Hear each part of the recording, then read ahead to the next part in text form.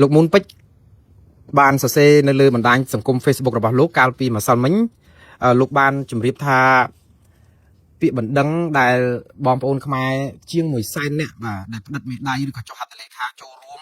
ឲ្យគាត់តំណាងផ្ញើឲ្យទៅតុលាការ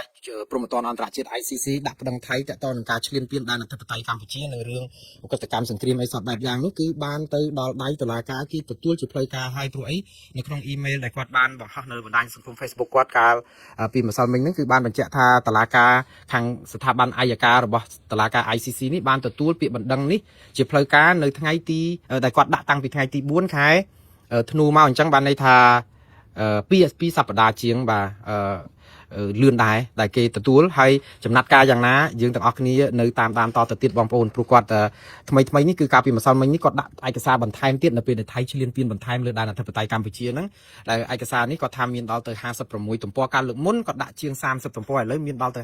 56ទំព័រទៀតហើយយើងសង្ឃឹមថាព័ត៌មាននេះគឺនឹងយ៉ាងហោចណាស់ក៏ជាបច្ច័យមួយដើម្បីឲ្យស្ថាប័នតុលាការអន្តរជាតិមួយនេះដឹងថារដ្ឋាភិបាលកម្ពុជាមិនបានប្តឹងមែនតែប្រជាពលរដ្ឋកម្ពុជាបានប្តឹងមួយផ្នែកហើយកុំឲ្យស្ដាប់ជឿស្ដាប់យ៉ាងណា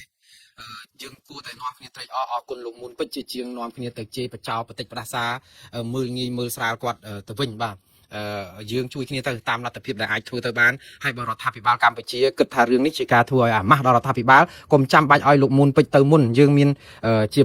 ដ្ឋាភិបាលស្របច្បាប់អីអញ្ចឹងដាក់ទៅខ្លួនឯងទៅកុំឲ្យរាសនឿយអីឲ្យរាសធ្វើអីទៀតទៅក៏បានដែរឬក៏ឲ្យប្រជាពលរដ្ឋទៅជួយបាតកម្មតវ៉ាអីផ្សេងទៀតទៅចំណេញពេលជាជាងនាំគ្នាប្រមូលស្នាមមេដៃធ្វើរឿងដែលរដ្ឋាភិបាលអាចធ្វើកើតអីអញ្ចឹងទៅ